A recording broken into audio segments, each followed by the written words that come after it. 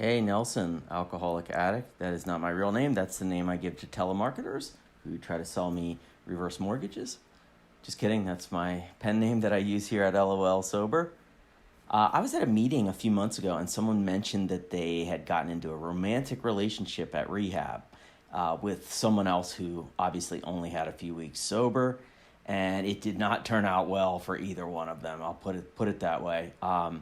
And the guy was making the point that he hadn't been ready for a relationship yet, and neither had she, but they couldn't resist, you know? And he mentioned the phrase, two sickies don't make a welly.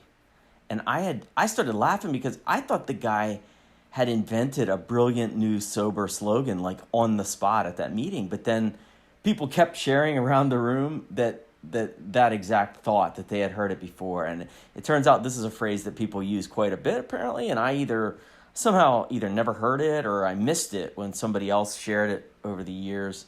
And it really stuck with me. I certainly understand the original meaning of it. It's about romantic relationships. I remember early on in sobriety hearing over and over again to not make any big decisions for the first year. That was the suggestion. And that meant getting into or out of romantic relationships, getting into or out of a job, moving 5 time zones away, all of that stuff. But mostly it seemed like the romantic relationship thing was the biggest tripwire for those in early sobriety. It just kept coming up. I just heard it over and over again. And I was already married when I got sober, so it wasn't really an issue for me. But I definitely understood how exciting and dangerous it would be to have a month sober and meet somebody new. Early sobriety was really tough for me, so I certainly could see how being newly sober, the idea of a new girlfriend or boyfriend would definitely make the days go a little faster, I bet. But like I said, I didn't have the experience of trying to stay single and sober at the same time, so I don't really get that part of it. What I can identify with is the idea of having a sick mind and then getting into any kind of relationship with other sick minds. It wasn't romantic, but I latched on to a bunch of people at rehab and in the rooms who had the same amount of sobriety as me, and I had 2 very different things happen. One was awesome and a real gift. There's nothing quite like standing alongside people as we all get 1 month sober, and then 2 months sober, and then 3 months sober, all together. It just feels like you're on the same page. You feel like you're on a scrappy underdog sports team, and it's people fighting and clawing for the same goal, and you go through things a lot. It's a real bonding agent. That was one of my experiences.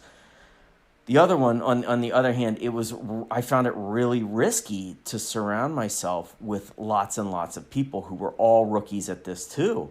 You know, I had a good friend who relapsed about 2 months in, and it was devastating. I had been spending some time with him outside of meetings. We'd gotten very close, and I wonder what would have happened if I'd gotten together with him outside of a meeting and he sweet talked me for a while into, picking up a drink or a joint or popping a pill or two. I was I was pretty impressionable, with like 30, 60, 90 days sober. Luckily, that didn't happen, and I put together some sober time, and now I see the mix of sickies and wellies, to use that terminology. Now I see that the proper mix of sickies and wellies that work the best for my sobriety, because I always need to be working with newcomers. But I would say I need about a 5-to-1 ratio of long-term sober people and then newly sober people. I'm still a sickie some days. Honestly, I still am. And I need a welly or 2 or 5 to help me turn that around. And some days, I think I'm the welly. And it's good to work with a sickie or 2. Has to have a good balance, though. It all reminds me of the first time I ever got asked to drive somebody to rehab.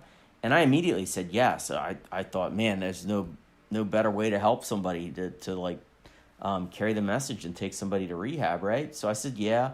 But then I called a few guys who'd driven people to treatment before, and each one of those people, independent of the others, said the same thing, which is whatever you do, Don't take him alone.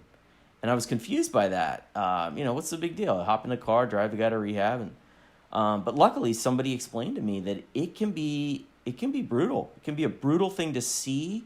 It can be a long car ride that can go a lot of different ways, and it can suck the sobriety rate out of you to be that close to the sun.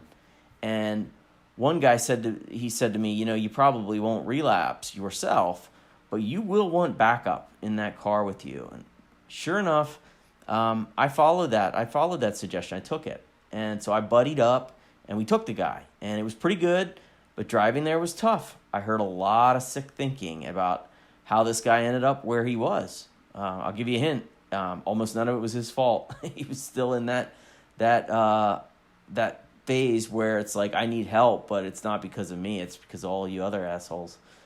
So dropping him off then at the rehab, walking out the door, hearing it lock behind me. This was a lockdown facility.